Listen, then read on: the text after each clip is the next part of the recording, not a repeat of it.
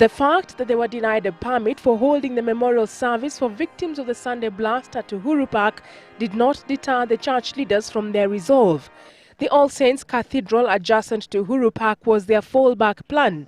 Four families of the victims from the blast were represented here, including that of 8-year-old Bravo, whose decision to attend the Uhuru Park rally led to his death.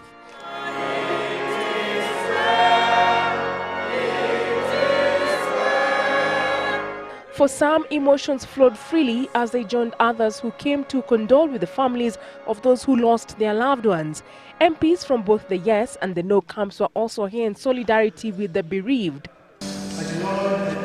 And as the families were prayed for, the church leaders condemned what they say is an attack on the church based on their position to the proposed law. We shall not be intimidated, neither shall our resolve to oppose this flood draft be dented. And the government of Kenya, don't push us again. Therefore, I would encourage the church everywhere not to be afraid, not to be cowed, but to forge ahead and do the purposes of God. But the Vice President urged for tolerance, saying that the government was not taking the attack lightly and thorough investigations were underway. There is no fight between the state and the church. Kalonzo further called for dialogue between the church and the state, saying the country was still seeking to heal from the wounds of the post-election violence. Sometimes the line is very thin between disaster and nationhood.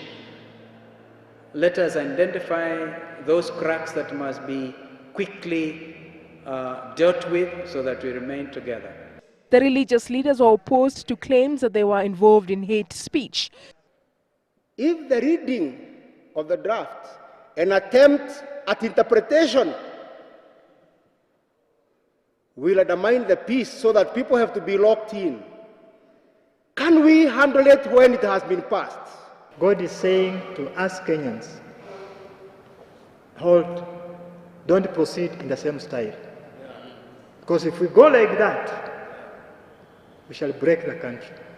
During the speeches, the no camp was represented by MP Cyrus Jirongo, who emphasized the need for unity. The need for reconciliation, the need for getting everybody on board so that the constitution we end up with as a country shall be a constitution for Kenyans. For some of the religious leaders present at the memorial service today, the Sunday blast was an act of martyrdom that will further their opposition against the proposed new law. Olivia Okech, Citizen Live at 9 from Nairobi.